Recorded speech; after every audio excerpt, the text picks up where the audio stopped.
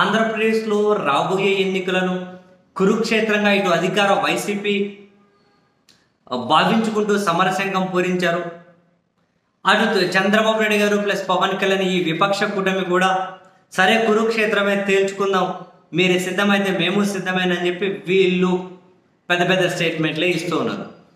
ఈ క్రమంలో జగన్మోహన్ రెడ్డి గారికి క్లియర్ కట్గా తన పాలనను రెఫరెండంగా భావించి మీకు నచ్చితే నా పాలన నచ్చితే ఓటేయమంటున్నారు. Fair politics. నచ్చితే ఓటేయమంటున్నారు. నెక్స్ట్ అధికారంలోకి వస్తే ఏం చేస్తారో మళ్ళీ మేనిఫెస్టో ప్రకటిస్తారు.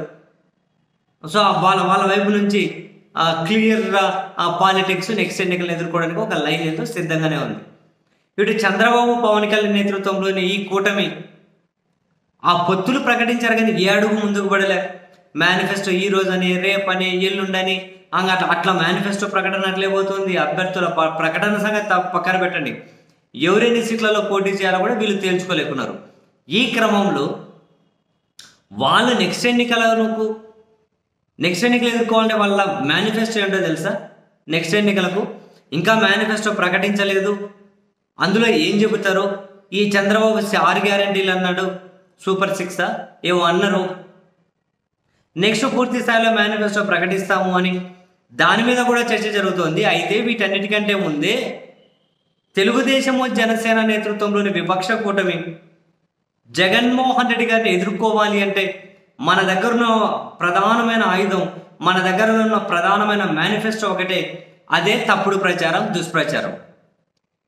జనాలను మాయ చేయడం ఒకటే మన దగ్గర ఉన్నటువంటి ప్రధానమైన ఆయుధం, మన మేనిఫెస్టో అదే అని వాళ్ళు కొన్ని రోజుల కిందటే మేనిఫెస్టో ప్రకటించేసినట్టున్నారు.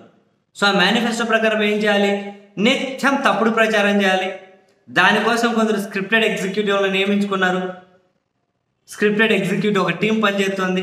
నిత్యం దుష్ప్రచారం చేయాలి, అబద్ధపు ప్రచారం చేయాలి, మొత్తం లేనిది ఉన్నట్లు ఉన్నది లేనట్లు చేసుకుంటూ పోవాలి. అవును, ఇదే మేనిఫెస్టో. మొన్న ఎక్కడో ఎక్కడో ఏమంటారు, దేవుని దగ్గర ఏదో ప్రసాదంలో ఏవో వచ్చాయంటారు, అంతకుముందు ఇంకొకటి అంటారు, మళ్ళీ తాజాగా ఇంకొకటి. పులివెందులలో అంట రాజశేఖర్ రెడ్డి గారి ఏమంటారు, రాజశేఖర రెడ్డి గారి కింద అంబేద్కర్ గారి విగ్రహాన్ని పెట్టి అవమానించారట. రాజశేఖర రెడ్డి గారి పైన పెట్టింటే అంబేద్కర్ గారిని కింద పెట్టారట. రకరకాలుగా తప్పుడు ప్రచారం, దుష్ప్రచారం. వాస్తవం వేరు, వీళ్ళు చేసేది వేరు. పులివెందులను మోడల్ సిటీగా డెవలప్ చేయడం కోసం నిర్ణయం తీసుకున్నారు. అందులో భాగంగా సుందరీకరణ పనులు జరుగుతూ ఉన్నాయి. ప్రధాన కూడళ్లలో జాతీయ నాయకులు, దేశ ప్రముఖుల విగ్రహాలు పెట్టాలి అని చెప్పి నిర్ణయం తీసుకున్నారు. అందులో భాగంగా మహాత్మా గాంధీ గారి విగ్రహం, అంబేద్కర్ గారి విగ్రహం, ఇంకా పులివెందులు కాబట్టి లోకల్గా ఇంకా రాజశేఖర రెడ్డి గారి విగ్రహం అయితే ఏముంది, ఈ విగ్రహాలు పెట్టాలి అని చెప్పి నిర్ణయం తీసుకున్నారు. దానికోసం విగ్రహాలు తెలంగాణలో రెడీ చేయించి తెలంగాణ నుంచి తీసుకొని వచ్చారు. వచ్చి ఏం చేయాలి? విగ్రహాలు ఒక దగ్గర దించుకున్నారు. విగ్రహాలు ఒక ఏడో దగ్గర స్పాట్లో దించాలి కదా. దించి ఆడ వైఎస్ఆర్ విగ్రహం పాత బస్ స్టాండ్ దగ్గర పెట్టాలి, పులిందుల పాత బస్ స్టాండ్. ఆడ పిల్లర్ రెడీ అయిపోయింది. సో వైఎస్ఆర్ గారి విగ్రహాన్ని పైకి తీసుకెళ్లారు. నెక్స్ట్ ఈ విగ్రహాలు అంబేద్కర్ గారు గాంధీ గారి విగ్రహం ఏందో కోర్టు సర్కిల్ దగ్గర పెట్టాలి. అంబేద్కర్ గారి విగ్రహాన్ని ఏమో ఇంకో దగ్గర పెట్టాలి. సో అంబేద్కర్ గారి విగ్రహాన్ని ఎక్కడైతే పెట్టాలో అక్కడ సుందరీకరణ పనులు జరుగుతున్నాయి. సో ఇక్కడ దించిన తర్వాత ఏమనుకున్నారు, సరే మనం ఆడికి తీసుకుపోయే బదులు మళ్ళీ ఎండో వానో గాలో లేనిపోయినవన్నీ ఉంటాయి, మళ్ళీ ఎక్కడైనా దెబ్బతింటాయేమో అని చెప్పి ఏం చేశారు, ఆ రాజశేఖర విగ్రహాన్ని పైన పెట్టారు. మిగిలిన 2, ఒకటేమో గాంధీ విగ్రహం, గాంధీది పెట్టాల్సిన దగ్గరకు తీసుకెళ్లారు. ఇంకా అంబేద్కర్ గారిది ఆ కాంట్రాక్టర్ ఎవరైతే ఉంటారో కాంట్రాక్టర్ ఇంట్లో తీసుకెళ్లి భద్రపరిచారు. ఇంతే. ఈ పని జరిగే లోపల అప్పుడే ఇంకా ఫోటోలు తీసేశారు. బై డిఫాల్ట్ ఇప్పుడు అందరి చేతులు ఫోన్ ఉంటుంది, టకటక తీస్తుంటుంది ఇవన్నీ కనుక. సో అవి అట్లా అక్కడ దించి అక్కడి నుంచి ఇంకో దగ్గరికి తీసుకెళ్లే లోపలే ఫోటోలు తీసేశారు. ఇంకా అయిపోయాయి. విపరీతమైన దుష్ప్రచారం.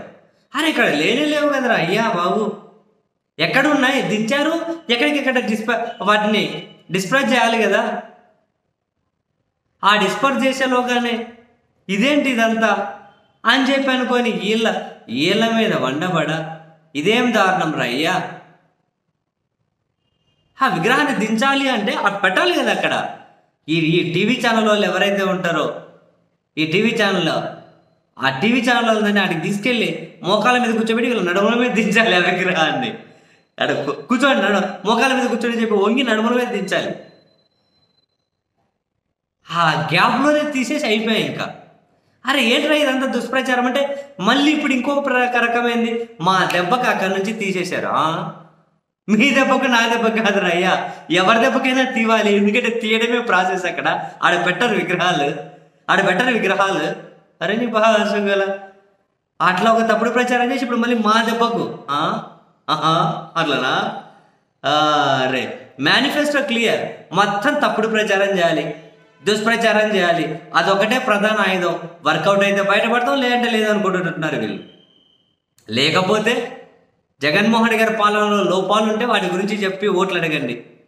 మీరు ఖచ్చితంగా మేలు చేస్తామని ప్రజలకు నమ్మకం ఉంటే మేము మేలు చేస్తామని చెప్పి ప్రజలను నమ్మించుకోండి.